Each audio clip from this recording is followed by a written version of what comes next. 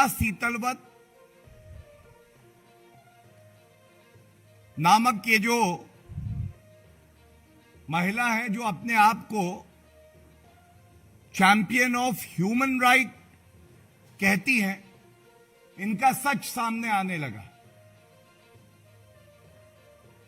और यह कहना यहां गलत नहीं होगा, बड़ी जिम्मेदारी से कहता हूं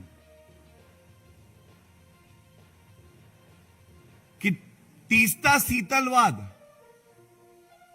केवल सांप्रदायिक नफरत फैलाने का एक छोटी ब्रांच थी।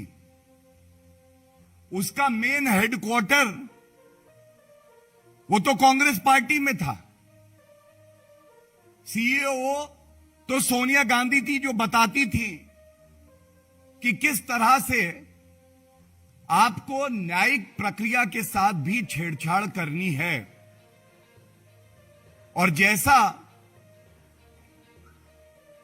तीस्ता सीतलवत के साथ ही रहे एक साथी थे, उनके बयानों में स्पष्ट हुआ है कि ये लोग पीड़ित परिवारों की न्याय की लड़ाई नहीं लड़ रहे। इनका निशाना तो तत्कालीन मुख्यमंत्री गुजरात के श्री नरेंद्र मोदी जी की राजनीतिक पारी को कैसे खत्म किया जाए, इस पे था। और ये सवाल आज देश पूछ रहा है, ये रिश्ता क्या कहलाता है? ये रिश्ता क्या कहलाता है? तो सोनिया गांधी जी तीस्ता को कह सकती हैं, तुम मुझे यशस्वी मुख्यमंत्री प्रधानमंत्री का मान सम्मान, उसकी प्रतिष्ठा, उसका गुरूर दो, और मैं तुम्हें दौलत, झूठे पुरस्कार और झूठा सम्मान दिलवाऊंगी।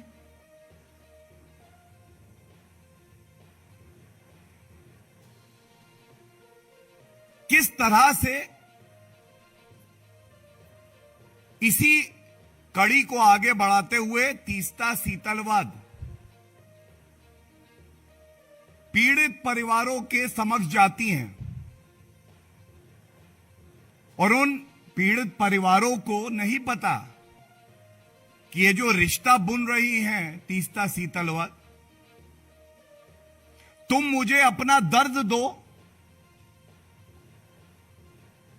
मैं तुम्हें कुछ नहीं दूंगी बदले में, मैं खुद नाम कमाऊंगी, झूठे पुरस्कार लूंगी, सर्वोच्च न्यायालय और एसआईटी को गुमराह करूंगी और अपना फायदा देखूंगी। तो पुनः सवाल उठता है कि यह रिश्ता क्या कहलाता है? तीस्ता सीतलवत केवल एक ब्रांच ऑफिस थी। जो हेड ऑफिस मुख्यालय था वो कांग्रेस पार्टी का दफ्तर और सोनिया गांधी खुद थी, जिनको इससे कोई मतलब नहीं था कि पीड़ितों को इंसाफ मिले। कांग्रेस पार्टी का एक ही मकसद था कि उनको राजनीतिक लाभ मिले, और इसीलिए मैं आपको दिखाता हूं कि यह रिश्ता किस तरह का था, कितनी निकटता थी।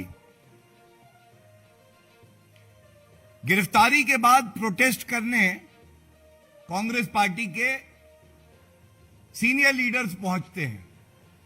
ये सोनिया गांधी और राहुल गांधी के इशारे पर ही होता है।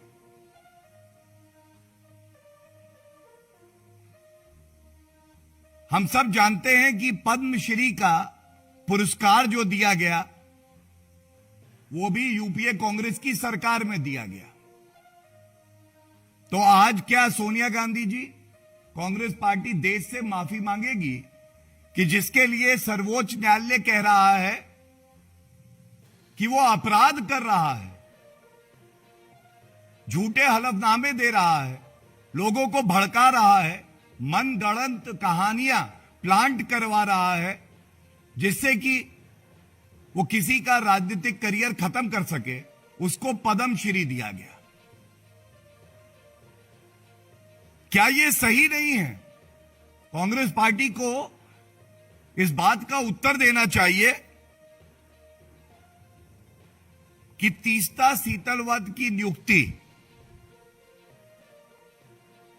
जो हाईएस्ट एडवाइजरी बॉडी है एजुकेशन की, central advisory board of education CABE, इसमें की गई। और ये तब जब हमारे देश के बच्चों का भविष्य, उनकी सोच को कैसे घृणा में बदला जाए, उनके दिमाग में नफरत डाली जाए। तीसरा तथ्य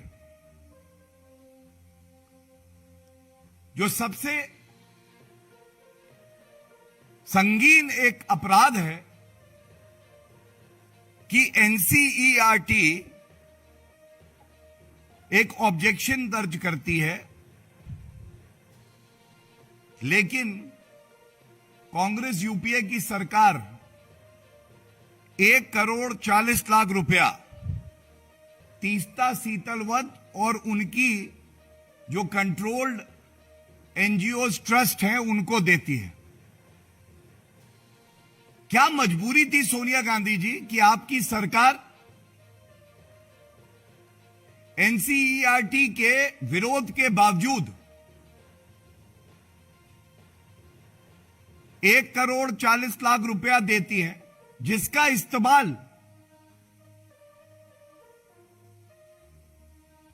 पीड़ितों का दर्द बेचकर तीस्ता सीतलवत एंड कंपनी विदेश जाने के लिए, अपनी सहूलियत के लिए और तमाम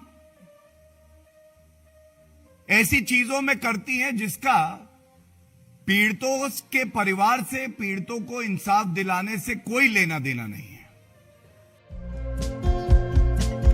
हमारे चैनल को लाइक, शेयर और सब्सक्राइब जरूर करें और नई अपडेट्स के लिए बेल आइकन दबाना ना भूलें।